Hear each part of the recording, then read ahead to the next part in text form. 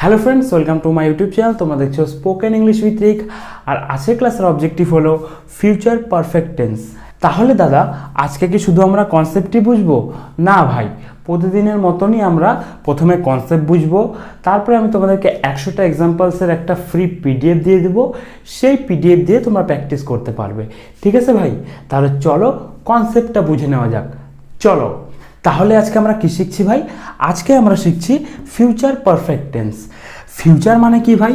Future মানে আমরা সবাই জানি দাদা, ফিউচার মানে হলো ভবিষ্যৎ। ফিউচার মানে হলো ভবিষ্যৎ, তাই তো ভাই? ফিউচার মানে হলো ভবিষ্যৎ। আর পারফেক্ট মানে কি ভাই? পারফেক্ট মানে যেটা পারফেক্টলি শেষ হয়ে যাবে। পারফেক্ট মানে যেটা পারফেক্টলি শেষ হয়ে যাবে, যেহেতু ভবিষ্যতের কথা বলছে। ঠিক আছে? যেহেতু ভবিষ্যতের কথা বলছে, তাই এখানে পারফেক্ট মানে যেটা পারফেক্টলি শেষ হয়ে যাবে, অর্থাৎ যেটা সম্পূর্ণ হয়ে যাবে, তাই তো? তাহলে পারফেক্ট মানে কি ভাই? তাহলে পারফেক্ট মানে হলো যেটা সম্পূর্ণ হয়ে যাবে, যেটা সম্পূর্ণ হয়ে যাবে। ঠিক আছে? ফিউচার মানে হচ্ছে ভবিষ্যৎ, পারফেক্ট মানে যেটা সম্পূর্ণ হয়ে যাবে। তাহলে টোটালটা কি হলো ভাই? টোটালটা হলো ভবিষ্যতে এমন কাজ যেটা সম্পূর্ণ হয়ে যাবে। ভবিষ্যতে এমন কাজ যেটা সম্পূর্ণ হয়ে যাবে। এটাকে যদি আমরা ভালোভাবে বলি তাহলে কী হবে ভাই? এটাকে আমরা ভালোভাবে বললে হবে, কোনো একটা কাজ যেটি ভবিষ্যতে সম্পূর্ণ হয়ে যাবে তাকে আমরা বলবো ফিউচার পারফেক্ট টেন্স। কোনো একটা কাজ যেটা ভবিষ্যতে সম্পূর্ণ হয়ে যাবে তাকে আমরা বলবো ফিউচার পারফেক্ট টেন্স। যেমন আমার ফুটবল খেলা হয়ে যাবে, তোমার ভিডিও দেখা হয়ে যাবে, আমার বাবার কাজ করা হয়ে যাবে, আমার মায়ের রান্না করা হয়ে যাবে, আমার দাদার গাড়ি চালানো হয়ে যাবে, আমার ভাইয়ের পড়াশোনা করা হয়ে যাবে, আমার বোনের হোমওয়ার্ক করা হয়ে যাবে। মানে কি? মানে হলো কোনো একটা কাজ যেটা ভবিষ্যতে সম্পূর্ণ হয়ে যাবে, কোনো একটা কাজ যেটা ভবিষ্যতে সম্পূর্ণ হয়ে যাবে, বা কোনো একটা কাজ যেটা ভবিষ্যতে শেষ হয়ে যাবে। ঠিক আছে? কোনো একটা কাজ যেটা ভবিষ্যতে পারফেক্টলি শেষ হয়ে যাবে তাকে আমরা বলবো ফিউচার পারফেক্ট টেন্স। ঠিক আছে ভাই? এইটাই হলো তোমার মেন কনসেপ্ট।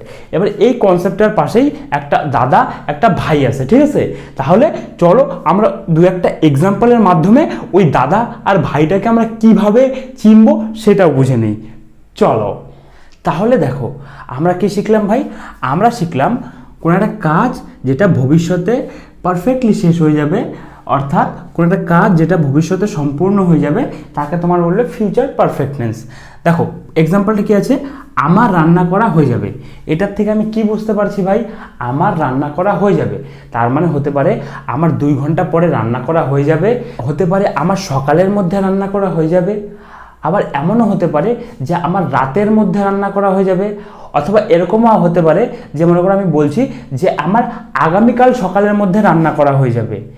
তাই তো ভাই? তার মানে কি ভাই? তার মানে হলো আমি যখন বলছি আমার রান্না করা হয়ে যাবে, তার মানে এটাই বোঝাচ্ছে যে আমার ভবিষ্যতে রান্না করা হয়ে যাবে।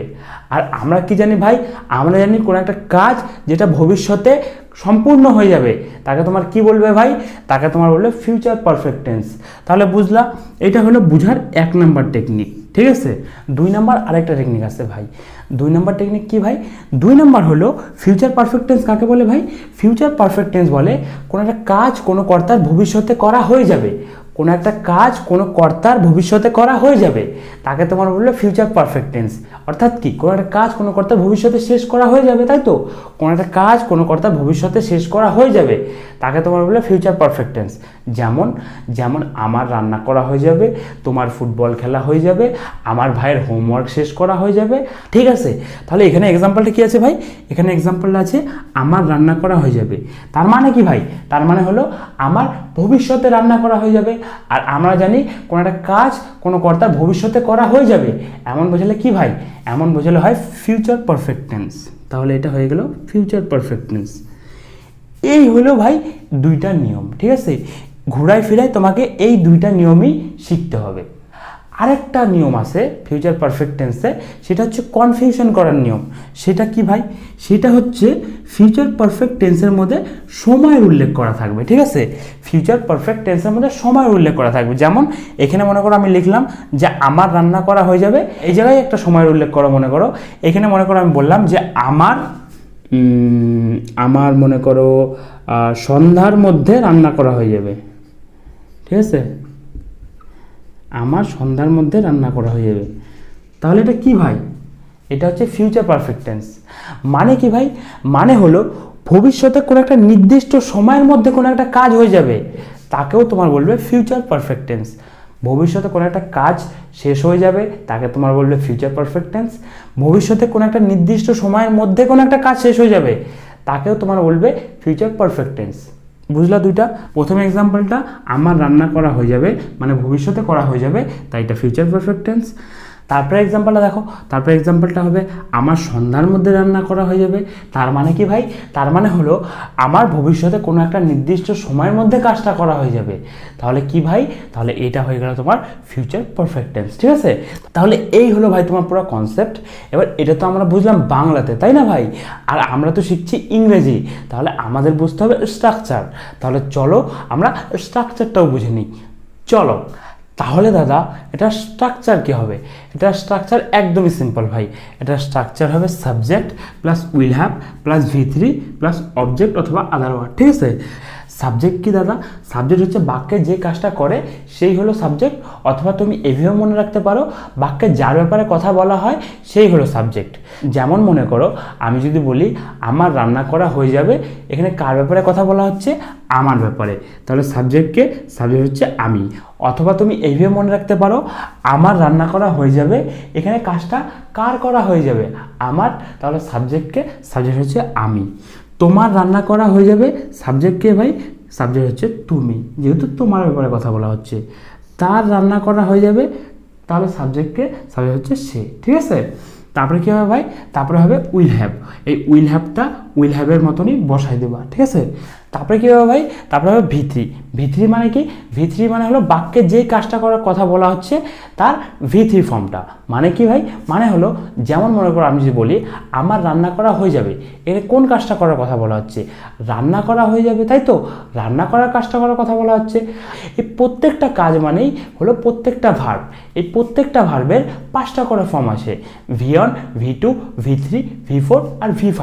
যেমন মনে করো রান্না করা ভার্বটার V1 হচ্ছে কুক, রান্না করা ভার্বটার V2 হচ্ছে কুকড, রান্না করা ভার্বটার V3 হচ্ছে কুকড, রান্না করা ভার্বটার V4 অথবা আইএনজি ফর্ম হচ্ছে কুকিং, রান্না করা ভার্বটার V5 অথবা S/ES ফর্ম হচ্ছে কুকস।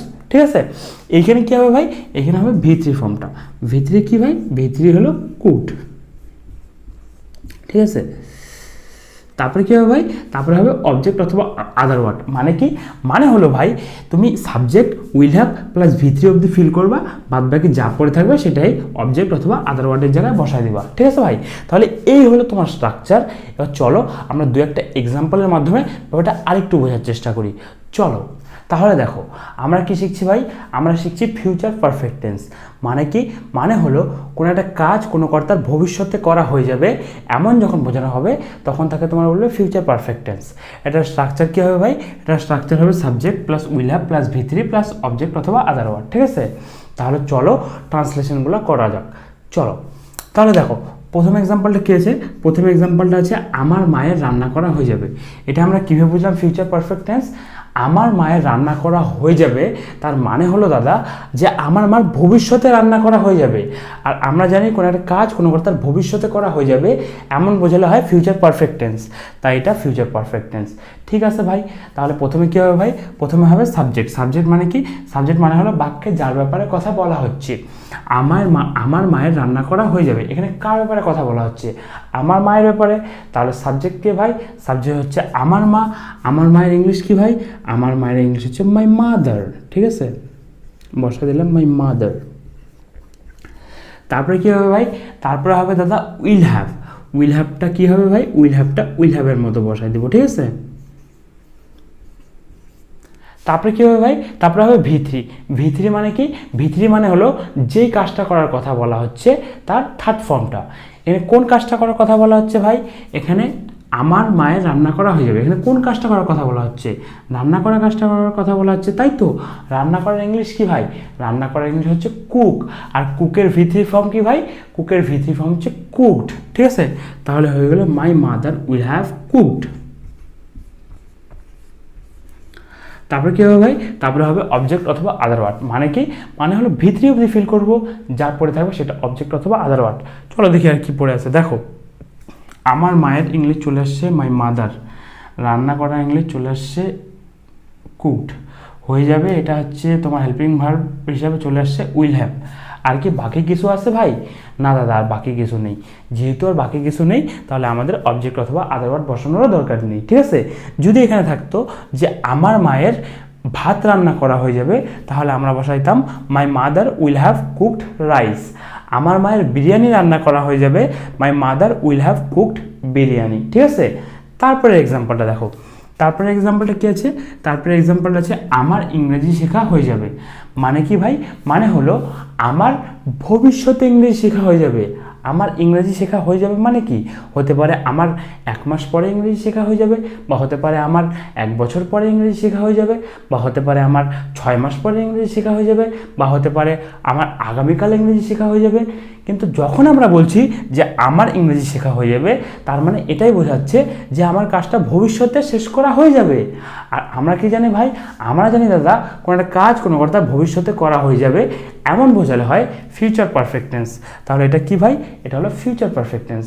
প্রথমে কী হবে ভাই? প্রথমে হবে সাবজেক্ট। আমার ইংরেজি শেখা হয়ে যাবে, এখানে সাবজেক্ট কে? সাবজেক্ট হচ্ছে আমি দাদা।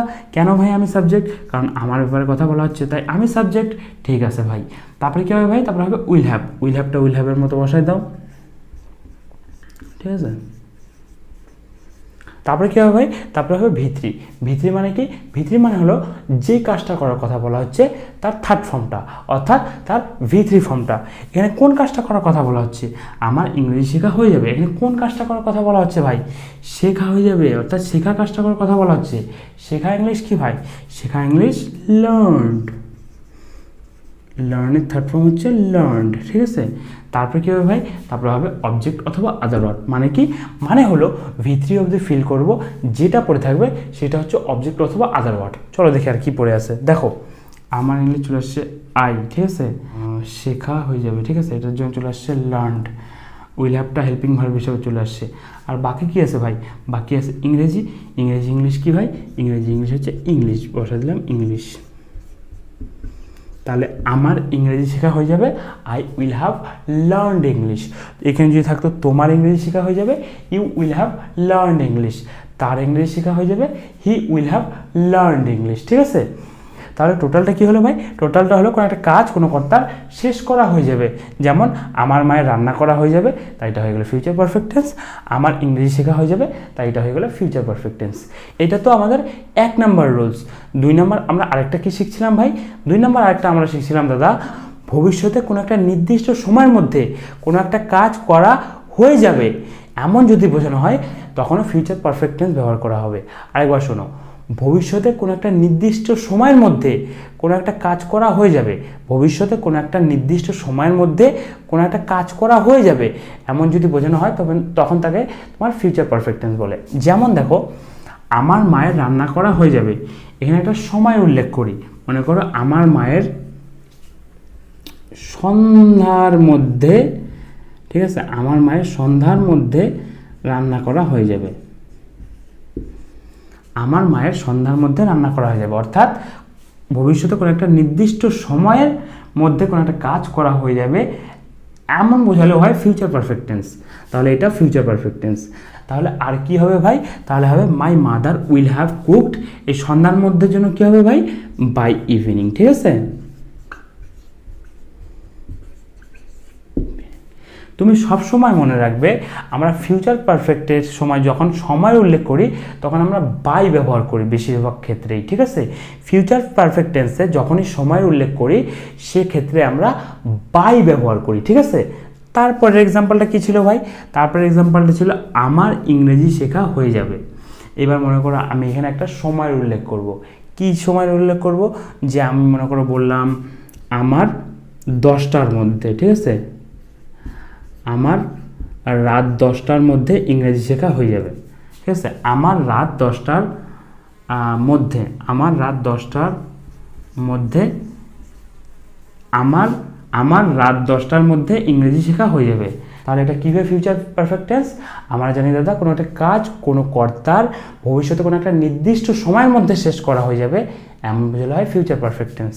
এখানে বলতেছে দাদা আমার রাত 10টার মধ্যে ইংরেজি শেখা হয়ে যাবে, মানে হচ্ছে আমার ভবিষ্যতে একটা নির্দিষ্ট সময়ের মধ্যে একটা কাজ করা হয়ে যাবে, তাই এটা হয়ে গেল ফিউচার পারফেক্ট টেন্স। ঠিক আছে, তাহলে এখানে কী হবে? I will have learned English, আর বাকি কী আছে ভাই? বাকি আছে রাত 10টার মধ্যে, তাহলে বসাই দেবো বাই 10 PM। ঠিক আছে, বাই 10 PM। 10 PM মানে রাত, আর সময়ের জন্য এই বাইটা ব্যবহার করা হয়েছে। ঠিক আছে, তাহলে টোটাল কি হলো ভাই? টোটাল হলো কোনো একটা কাজ কোনো কর্তার ভবিষ্যতে করা হয়ে যাবে, এমন বোঝানো হয় ফিউচার পারফেক্ট টেন্স। যেমন আমার মায়ের রান্না করা হয়ে যাবে, my mother will have cooked. আমার ইংলিশ শেখা হয়ে যাবে, I will have learned English. আর 2 নম্বর কী বললাম ভাই? 2 নম্বর বললাম কোনো একটা কাজ কোনো কর্তার ভবিষ্যতে একটা নির্দিষ্ট সময়ের মধ্যে হয়ে যাবে, এমন বোঝালেও ফিউচার পারফেক্ট টেন্স ব্যবহার করা হয়। যেমন আমার মায়ের সন্ধ্যার মধ্যে রান্না করা হয়ে যাবে, my mother will have cooked by evening. আমার রাত 10টার মধ্যে ইংরেজি শেখা হয়ে যাবে, I will have learned English by 10 PM। ঠিক আছে, তাহলে চলো এর পরের এক্সাম্পলগুলো দেখা যাক। চলো তারপরে এক্সাম্পলটা দেখো। তারপরে এক্সাম্পলটা কী আছে ভাই? তারপরে এক্সাম্পলটা আছে রাত 9টার মধ্যে তার ভাত খাওয়া হয়ে যাবে। এটা আমরা কীভাবে বুঝলাম ফিউচার পারফেক্ট টেন্স? আমরা জানি দাদা কোনো একটা কাজ কোনো কর্তার ভবিষ্যতে একটা নির্দিষ্ট সময়ের মধ্যে হয়ে যাবে, কোনো একটা কাজ কোনো কর্তার ভবিষ্যতে একটা নির্দিষ্ট সময়ের মধ্যে হয়ে যাবে, এমন যদি বোঝায় তাহলে হয় ফিউচার পারফেক্ট টেন্স। এখানে বলছে রাত 9টার মধ্যে তার ভাত খাওয়া হয়ে যাবে, অর্থাৎ তার একটা নির্দিষ্ট সময়ের মধ্যে কাজটা করা হয়ে যাবে, তাই এটা হয়ে গেল ফিউচার পারফেক্ট টেন্স। তাহলে প্রথমে কী হবে ভাই? প্রথমে হবে সাবজেক্ট। সাবজেক্ট হচ্ছে বাক্যে যার ব্যাপারে কথা বলা হচ্ছে। রাত 9টার আগে তার ভাত খাওয়া হয়ে যাবে, এখানে কার ব্যাপারে কথা বলা হচ্ছে? তার ব্যাপারে। তাহলে সাবজেক্ট হচ্ছে সে ইংলিশেই বসা দিলাম হি। তারপরে কী হবে ভাই? তারপরে উইল হ্যাভ, উইল হ্যাভের মতো বসায় দাও। তারপরে কী হবে ভাই? তারপরে V3 মানে কি? V3 মানে হলো যে কাজটা করার কথা বলা হচ্ছে তার থার্ড ফর্ম। এখানে কোন কাজটা করার কথা বলা হচ্ছে? রাত 9টার মধ্যে তার ভাত খাওয়া হয়ে যাবে, অর্থাৎ খাওয়া কাজটা করার কথা বলা হচ্ছে, তাই তো? খাওয়া ইংলিশ কি ভাই? খাওয়া ইংলিশ হচ্ছে ইট, আর ইটের থার্ড ফর্ম কি ভাই? ইটের থার্ড ফর্ম হচ্ছে ইটেন। তাহলে বসা দাও ইটেন। তারপরে কী হবে ভাই? তারপরে হবে অবজেক্ট অথবা আদার ওয়ার্ড। মানে কি? মানে হলো V3 অবধি ফিল করবো, যা পড়ে থাকবে সেটা অবজেক্ট অথবা আদার ওয়ার্ড। চলো দেখি আর কি পড়ে আছে। দেখো তার ইংলিশ চলে আসছে হি। ঠিক আছে, উইল হ্যাভটা হেল্পিং ভার্ব হিসেবে চলে আসছে, খাওয়া হয়ে যাওয়ার জন্য চলে আসছে ইটেন। বাকি কি আছে ভাই? বাকি আছে ভাত আর এই সময়টা, তাই তো? তাহলে এই ভাতটা কি ভাই? ভাতটা হচ্ছে অবজেক্ট অথবা আদার ওয়ার্ড। তাহলে হয়ে গেল হি উইল হ্যাভ ইটেন রাইস। ঠিক আছে, অবজেক্ট পাই গেলাম। তারপর আর বাকি কী আছে ভাই? বাকিটা আদার ওয়ার্ডের মতো বসা দাও। বাকি আছে রাত 9টার মধ্যে, তাহলে বাই 9 PM। ঠিক আছে, তুমি একটা জিনিস মনে রাখবা, এই V3 অবধি ফিল করবা, বাদ বাকি যা থাকবে সেটা আদার ওয়ার্ড। ঠিক আছে, আমরা এখানে V3 অবধি ফিল করলাম, আমরা দেখলাম এখানে ভাত আর রাত 9টার মধ্যে আছে। ঠিক আছে, তাহলে ভাতের ইংলিশে রাইস লিখে দিলাম, আর বাকি থাকলো সময় ইংলিশ বাই 9 PM লিখে দিলাম। ঠিক আছে, তারপরে এক্সাম্পলটা দেখো। তারপরে এক্সাম্পলটা কী আছে? তারপরে এক্সাম্পলটা হচ্ছে রমার ঘরটা পরিষ্কার করা হয়ে যাবে। এটা আমরা কীভাবে বুঝলাম ফিউচার পারফেক্ট টেন্স? আমরা জানি দাদা কোনো একটা কাজ কোনো কর্তার ভবিষ্যতে করা হয়ে যাবে, কোনো একটা কাজ কোনো কর্তার ভবিষ্যতে করা হয়ে যাবে, এমন বোঝালে হয় ফিউচার পারফেক্ট টেন্স। রমার ঘরটা পরিষ্কার করা হয়ে যাবে, তার মানে হলো রমার ভবিষ্যতে ঘরটা পরিষ্কার করা হয়ে যাবে। তাহলে এটা কি ভাই? তাহলে এটা হচ্ছে ফিউচার পারফেক্ট টেন্স। প্রথমে কী হবে ভাই? প্রথমে হবে সাবজেক্ট হচ্ছে রমা ইংলিশ বসা দিলাম রমা। ঠিক আছে, তারপরে কী হবে ভাই? তারপরে হবে উইল হ্যাভের মতো বসায় দিলাম। তারপরে কী হবে ভাই? তারপরে হবে V3 মানে যে কাজটা করার কথা বলা হচ্ছে। এখানে কোন কাজটা করার কথা বলা হচ্ছে? রমার ঘরটা পরিষ্কার করা হয়ে যাবে, অর্থাৎ পরিষ্কার করা কাজটা করার কথা বলা হচ্ছে। পরিষ্কার করা ইংলিশ কি ভাই? পরিষ্কার করা ইংলিশ হচ্ছে ক্লিন, আর ক্লিনের V3 ফর্ম কি ভাই? V3 ফর্ম হচ্ছে ক্লিন। ঠিক আছে, তারপরে কী হবে ভাই? তারপরে হবে অবজেক্ট অথবা আদার ওয়ার্ড। মানে কি ভাই? মানে হলো V3 অবধি ফিল করবো, যা পড়ে থাকবে সেটা অবজেক্ট অথবা আদার ওয়ার্ড। চলো দেখি আর কি পড়ে আছে। দেখো রমা ইংলিশ চলে আসছে রমা। ঠিক আছে, পরিষ্কার করা হয়ে যাবে, চলে আসছে ক্লিন। ঠিক আছে, উইল হ্যাভটা হেল্পিং ভার্ব হিসেবে চলে আসছে। আর বাকি কী আছে ভাই? বাকি আছে ঘরটার ইংলিশ কি ভাই? ঘরটার ইংলিশ হচ্ছে দ্য রুম। তাহলে বসা দিলাম দ্য রুম। তাহলে ট্রান্সলেশনটা কী হলো? রমার ঘরটা পরিষ্কার করা হয়ে যাবে, Rama will have clean the room. ঠিক আছে, মনে করো আমি এখানে বলতাম যে রমার রোববারের মধ্যে ঘরটা পরিষ্কার করা হয়ে যাবে। তাহলে কি বলতাম, Rama will have clean the room by Sunday. ঠিক আছে, মনে করো আমার দাদার বিয়ে, ঠিক আছে, এবার তুমি আমার বন্ধু, তুমি আমাকে বলছো যে কিরে ভাই তাদেরকে নিমন্ত্রণ করলি না, তখন আমি তোমাকে বলছি যে ভাই তাদেরকে আমার সোমবারের মধ্যে নিমন্ত্রণ করা হয়ে যাবে। তাহলে এটা কি ভাই, তাহলে এটা আমরা বলছি ফিউচার পারফেক্ট টেন্সে আমার সোমবারের মধ্যে তাদেরকে নিমন্ত্রণ করা হয়ে যাবে। তাহলে ট্রান্সলেশনটা কী হবে, ট্রান্সলেশনটা হবে আমার মানে আই বসা দিলাম উইল হ্যাভ, ঠিক আছে, নিমন্ত্রণ করা হয়ে যাবে মানে কি ইনভাইটেড, ইনভাইট মানে নিমন্ত্রণ করা, ইনভাইটেড থার্ড ফর্ম হচ্ছে ইনভাইটেড, তাদেরকে দেম সোমবারের মধ্যে বাই সানডে। ঠিক আছে, আমি যদি বলতাম আমার নিমন্ত্রণ করা হয়ে যাবে আই উইল হ্যাভ ইনভাইটেড। ঠিক আছে, এই হলো ভাই তোমার পুরো কনসেপ্ট। এবার আমি তোমাকে যে 100টা এক্সাম্পলসের পিডিএফ দিয়েছি সেই পিডিএফটা ধরেও তুমি প্র্যাকটিস করতে পারো, অথবা তুমি এরম করে সেন্টেন্স নিজে লেখে, ঠিক আছে, এক একটা করে সাবজেক্ট চেঞ্জ করে প্র্যাকটিস করতে পারো। যেমন মনে করো আমি বললাম রাত 9টার মধ্যে তার ভাত খাওয়া হয়ে যাবে, he will have eaten rice by 9 PM। তোমার রাত 9টার মধ্যে ভাত খাওয়া হয়ে যাবে, you will have eaten rice by 9 PM। আর রাহুলের রাত 9টার মধ্যে ভাত খাওয়া হয়ে যাবে, Rahul will have eaten rice by 9 PM। আমার মায়ের 9টার মধ্যে ভাত খাওয়া হয়ে যাবে, my mother will have eaten rice by 9 PM। তারপরে ঠিক আছে, রমার ঘরটা পরিষ্কার করা হয়ে যাবে, আর Rama will have clean the room. তোমার ঘরটা পরিষ্কার করা হয়ে যাবে, you will have clean the room. রাহুলের ঘরটা পরিষ্কার করা হয়ে যাবে, Rahul will have clean the room. সমীরের ঘরটা পরিষ্কার করা হয়ে যাবে, Samir will have clean the room. ঠিক আছে ভাই, তাহলে এই হলো তোমার পুরো কনসেপ্ট। এবার তুমি 100টা এক্সাম্পলস নিয়ে প্র্যাকটিস করতে পারো, অথবা এরকম সেন্টেন্স লিখে লিখে এম করে প্র্যাকটিস করতে পারো, অথবা প্র্যাকটিস করার আরেকটা টেকনিক আছে, চলো তোমাকে ওই টেকনিকটাও আমি দেখিয়ে দিই। চলো, আর 3 নাম্বার তুমি কীভাবে প্র্যাকটিস করতে পারো ভাই, 3 নাম্বার তুমি এম করে স্ট্রাকচারটা লিখে নেবে, লেখার পরে V3 জায়গায় কতগুলো V3 নিয়ে নেবে। যেমন প্লে মানে খেলা, প্লের V3 হচ্ছে প্লেট, ডান্স মানে নাচ করা, ডান্সের V3 হচ্ছে ডান্সড, ডু মানে করা, ডুয়েট থার্ড ফর্ম হচ্ছে ডান। ঠিক আছে, তারপর সাবজেক্টের জায়গায় কতগুলো সাবজেক্ট নিয়ে নেবে, যেমন আই মানে আমি, ইউ মানে তুমি, হি মানে সে। ঠিক আছে, তারপর তুমি প্র্যাকটিসটা কীভাবে করবে, এবং এক একটা করে V3 ধরবে। সাপোজ প্লেট ধরলে, ঠিক আছে, আমার ফুটবল খেলা হয়ে যাবে, I will have played football. তোমার ফুটবল খেলা হয়ে যাবে, you will have played football. তার ফুটবল খেলা হয়ে যাবে, he will have played football. রাহুলের ফুটবল খেলা হয়ে যাবে, Rahul will have played football. তার মনে করো ডান্সের থার্ড ফর্ম হচ্ছে ডান্সড ধরলা। ঠিক আছে, আমার নাচ করা হয়ে যাবে, আই উইল হ্যাভ ডান্সড। তোমার নাচ করা হয়ে যাবে, ইউ উইল হ্যাভ ডান্সড। তার নাচ করা হয়ে যাবে, হি উইল হ্যাভ ডান্সড। তার মনে করো ডান ধরলা। আমার কাজটা করা হয়ে যাবে, I will have done the work. তোমার কাজটা করা হয়ে যাবে, you will have done the work. তার কাজটা করা হয়ে যাবে, he will have done the work. ঠিক আছে, তার মনে করো তুমি ইম্পোর্ট ধরলা। ইম্পোর্ট মানে আমদানি করা, ইম্পোর্টের থার্ড ফর্ম হচ্ছে ইম্পোর্টেড। আমার আমদানি করা হয়ে যাবে, আই উইল হ্যাভ ইম্পোর্টেড। তার মনে করো তুমি পেইন্ট ধরলা। পেইন্টের থার্ড ফর্ম হচ্ছে পেইন্টেড। আমার ঘরটা রং করা হয়ে যাবে, I will have painted the room. ঠিক আছে ভাই, তাহলে এই হলো তোমার পুরো কনসেপ্ট।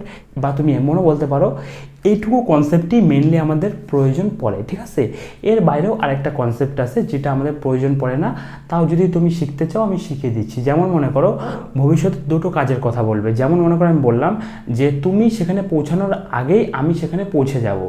তুমি সেখানে পৌঁছানোর আগে আমি সেখানে পৌঁছে যাব, মানে আমি প্রথমে পৌঁছাবো, তারপরে যে তুমি পৌঁছাবে, তাই তো?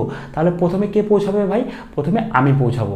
এই আমি পৌঁছানোর ক্ষেত্রে ব্যবহৃত হবে তোমার ফিউচার পারফেক্ট টেন্স, মানে তুমি পৌঁছানোর আগে আমি সেখানে পৌঁছে যাব। তাহলে হবে আই উইল হ্যাভ, ঠিক আছে, আই উইল হ্যাভ